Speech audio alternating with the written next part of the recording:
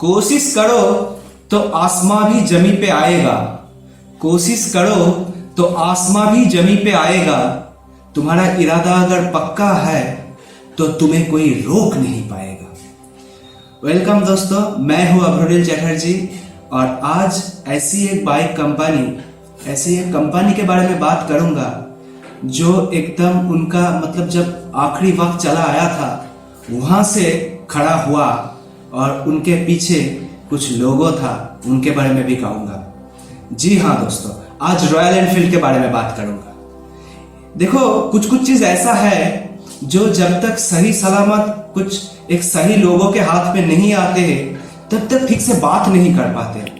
Royal Enfield भी शायद ऐसा ही कुछ था। पहले ही बोल देना चाहता हूं कि मेरा पिछला वाला जो यूट्यूबर वाला वीडियो था वो बहुत फेमस हुआ और वो सिर्फ तुम लोगों की वजह से। तुम लोगों बिना वो वीडियो ऐसा फेमस नहीं हो सकता था। थैंक यू दोस्तों। तो आज तुम्हारे ही चैनल से, you are the winner channel से मैं कुछ बोलूंगा रॉयल एनफील्ड के बारे में। ये ऐसा एक बाइक है ना, ये सिर्फ बाइक नहीं है। जिनके पास रहता है उनका फैमिली मेंबर बन जाता है और जिनके पास अभी तक नहीं है वो शायद लाइफ में कभी ना कभी सोचते ही है कि एक बार तो मुझे रॉयल एनफील्ड में सवारी करना ही है। ये जो रॉयल एनफील्ड कंपनी है इंग्लैंड में 125 साल पहले शुरू हुआ था। 125 साल पहले। फिर बहुत अप्स एंड डाउन्स गया। फिर 1994 में इंडिया, रॉयल एनफील्ड इंडिया ये हो गया। तब आइशर मोटर ने रॉयल एनफील्ड को खरीद लिया, लेकिन तब रॉयल एनफील्ड का उतना प्रॉफिट नहीं हो रहा था, एकदम प्रॉफिट नहीं हो रहा था। तब 2000 साल, इन द ईयर ऑफ 2000 साल में आके भी रॉयल एनफील्ड उतना खासा प्रॉफिट नहीं दे पा रहा था आइशर मोटर को। आइशर मोटर तब एक ऐसा कंपनी था जिनका 15 बिजनेस यूनिट चलता था मार्केट में, like garments, clothes, tractors, automobile spare parts etcetera. तो तब 2000 साल में आके तब आइशर मोटर का सीईओ था विक्रम लाल। तो उन्होंने डिसाइड कर लिया कि अब रॉयल एनफील्ड को मैं चला नहीं पाऊंगा क्योंकि इससे प्रॉफिट से ज्यादा लॉस हो रहा है। लेकिन तब विक्रम लाल का बेटा सिद्धार्थ लाल ने, जो एक पैशनेट राइडर था, उन्होंने 2001 में जाके कंपनी का सीईओ बना। तो तब मैनेजिंग डायरेक्टर ने, पूरा मैनेजिंग टीम ने पूरा ऐसा डिसाइड कर लिया था कि कंपनी रॉयल एनफील्ड को अब छोड़ना ही है क्योंकि ये लॉस में रन कर रहा है। तब सिद्धार्थ लाल ने उनको जाके कहा, उन्हीं लोगों को बोर्ड मीटिंग में, कि नहीं, अगर रहना है तो रॉयल एनफील्ड के साथ ही रहना है, रॉयल एनफील्ड ही रहेगा। पता नहीं और बाकी बिजनेस का क्या होगा, लेकिन रॉयल एनफील्ड रहेगा, इसको हम गिरने या बंद करने नहीं देंगे। तब रॉयल एनफील्ड ऐसा हालत में था कि मार्केट का और किसी कंपनी ने भी रॉयल एनफील्ड को खरीदने के लिए तैयार नहीं था क्योंकि इतना ही लॉस दे रहा था कि बाकी कोई कंपनी बहुत सस्ते में भी खरीदने नहीं चाह रहा था। तब ऐसे एक समय ने सिद्धार्थ लाल कुछ बहुत बड़ा डिसीजन ले लिया, बहुत बड़ा डिसीजन, ऐसा डिसीजन जो शायद किसी आम आदमी, जो शायद किसी कंपनी ने भी नहीं ले सकता था। जो आइशर ग्रुप का जो 15 बिजनेस चल रहा था, ट्रैक्टर, ट्रक्स, ऑटोमोबाइल, गारमेंट्स, ये जितना बिजनेस चल रहा था उनमें से 13 बिजनेस बंद कर दिया, including tractor, spare parts, garments, ये सब, और सिर्फ 2 बिजनेसेस चालू रखा।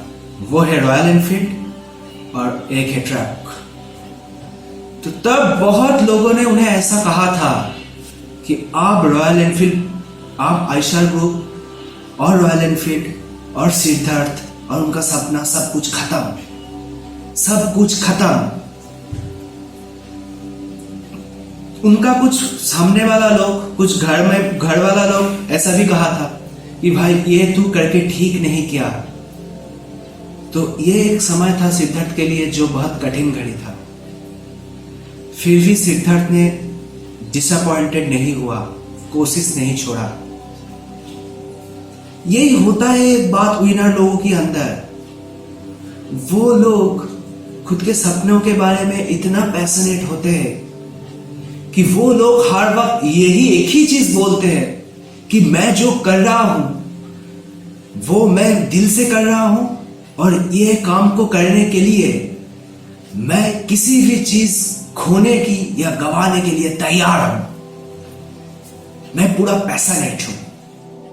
ये जो विनर लोग होता है ना, शायद इनके पास एक टाइम में सपोर्ट नहीं होता है, पैसा नहीं होता है, लेकिन फिर भी इन लोगों के दिल के अंदर ना जो उम्मीद रहता है खुद के बारे में, खुद के ड्रीम्स के बारे में, ये कभी खत्म नहीं होता है। और सिर्फ ये उम्मीद, ये मनोबल, ये लेकर ही ये लोग विनर बन जाते हैं। सिद्धार्थ उन्हीं में से एक था। सिद्धार्थ एक बार बोला था एक इंटरव्यू में कि वो टाइम में और आज भी वो रॉयल एनफील्ड के साथ, ताकि बुलेट के साथ वो अभी सो सकता है, अभी खा सकता है, सपना देख सकता है, नींद में भी जा सकता है, घूमने में भी जा सकता है, पूरा दिन बुलेट के साथ या रॉयल एनफील्ड के साथ रह सकता है।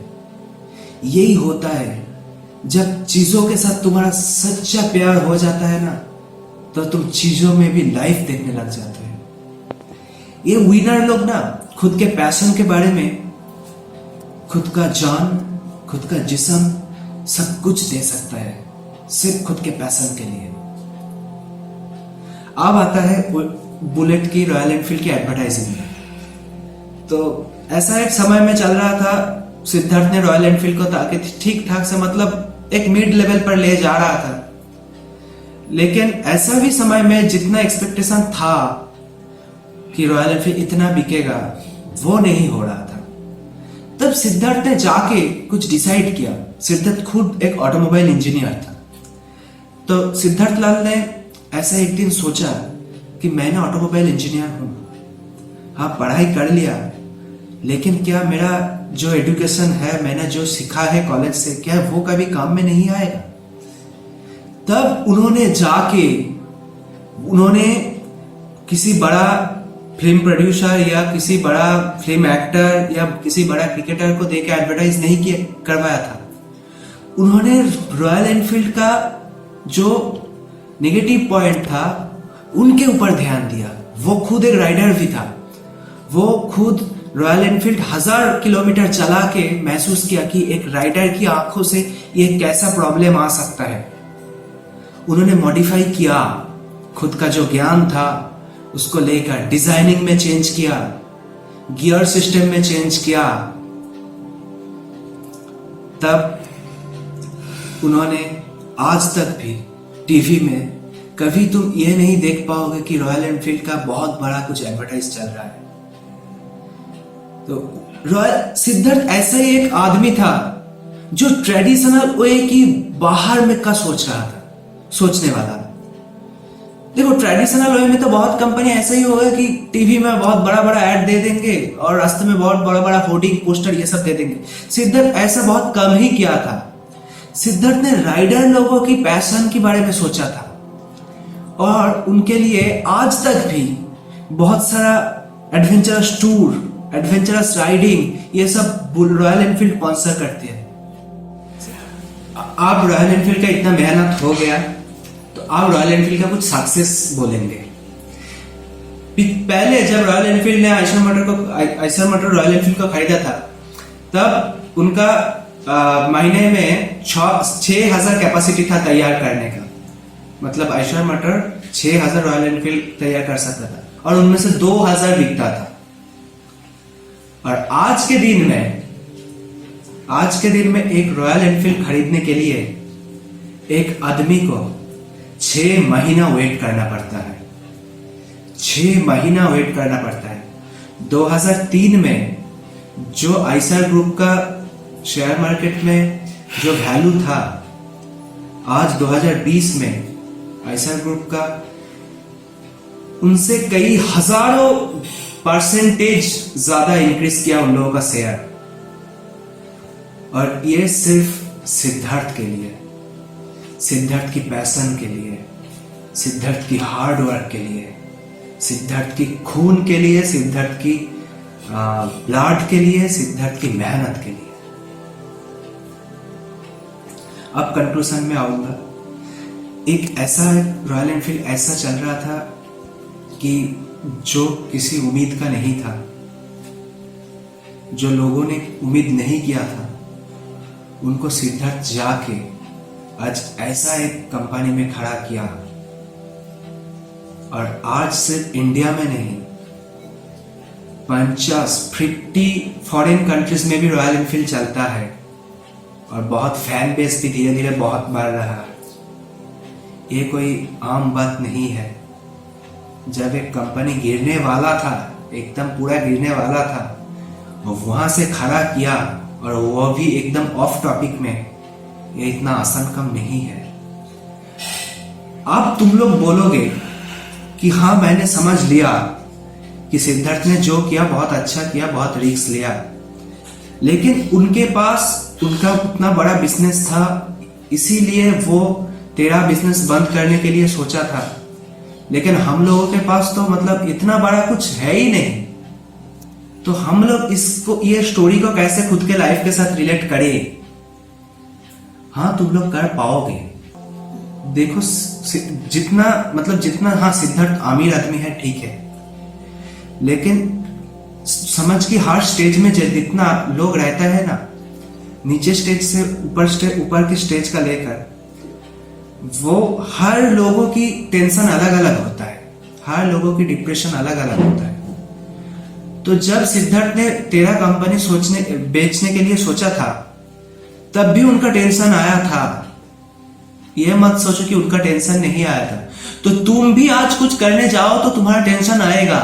तुम तुम्हारे छोटा लेवल में कुछ करने जाओ तो तुम्हारा छोटा टेंशन आएगा। तो तुम आज छोटा सी स्टेप लेकर स्टार्ट करो कि आज अगर तुम्हारी करियर में कुछ चीज प्रॉब्लम कर रहा है, कुछ एडिक्शन हो सकता है, कुछ गेम्स हो सकता है, अगर तुम उसको बंद करने की सोचते हो तो बंद कर दो। तो ऐसे धीरे धीरे तुमको ऊपर जाना है। ऐसे एकदम से बहुत बड़ा छलांग नहीं लगाना है, उनमें गिर जाने का चांस रहता है। धीरे धीरे चलो भाई, और हर वक्त हर दिन खुद को इंप्रूव करते चलो। Thank you. आगे तुम जाके विनर बनने ही वाले हो।